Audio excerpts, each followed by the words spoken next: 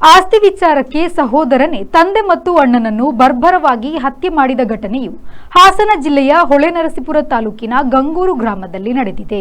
ದೇವೇಗೌಡ ಮತ್ತು ಮಂಜುನಾಥ್ ಕೊಲೆಯಾದ ತಂದೆ ಮಗ ದೇವೇಗೌಡರ ಪುತ್ರ ಮೋಹನ್ ಎಂಬಾತ ಕೃತ್ಯ ಎಸಗಿದ ಆರೋಪಿಯಾಗಿದ್ದು, ಜೋಡಿ ಕೊಲೆಗೆ ಜನತೆ ಬೆಚ್ಚಿಬಿದ್ದಿದ್ದಾರೆ. ಆಸ್ತಿ ವಿವಾದ ಕೊಲೆಗೆ ಕಾರಣ ಎನ್ನಲಾಗಿದೆ. ಇಬ್ಬರ ಮೃತದೇಹವು ಕೊಟ್ಟಿಗೆಯಲ್ಲಿ ಕಂಡುಬಂದಿದೆ. ಅವಿವಾಹಿತರಾಗಿದ್ದ ಇಬ್ಬರು ಪುತ್ರರು ಮನೆಯಲ್ಲಿ ಪ್ರತ್ಯೇಕವಾಗಿ ವಾಸ ಇದ್ರು. ಮಂಜುನಾಥ್ ತಂದೆ ಮತ್ತು ತಾಯಿಯೊಂದಿಗೆ ಇದ್ದ.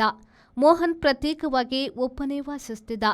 ಈ ಬಗ್ಗೆ ಗ್ರಾಮಾಂತರ ಪೊಲೀಸರು ಸ್ಥಳಕ್ಕೆ ಭೇಟಿ ನೀಡಿ ತನಿಖೆ ನಡೆಸುತ್ತಿದ್ದಾರೆ.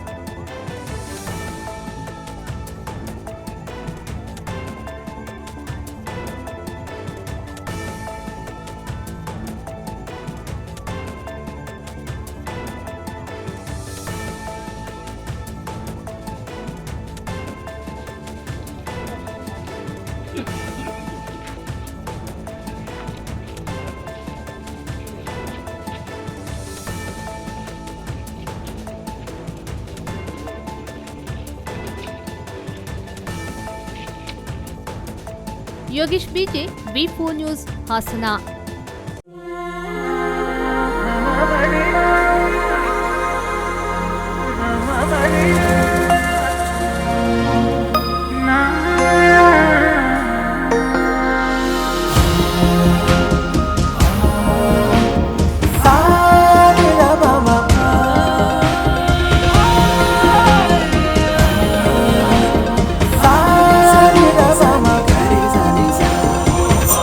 VNR Gold.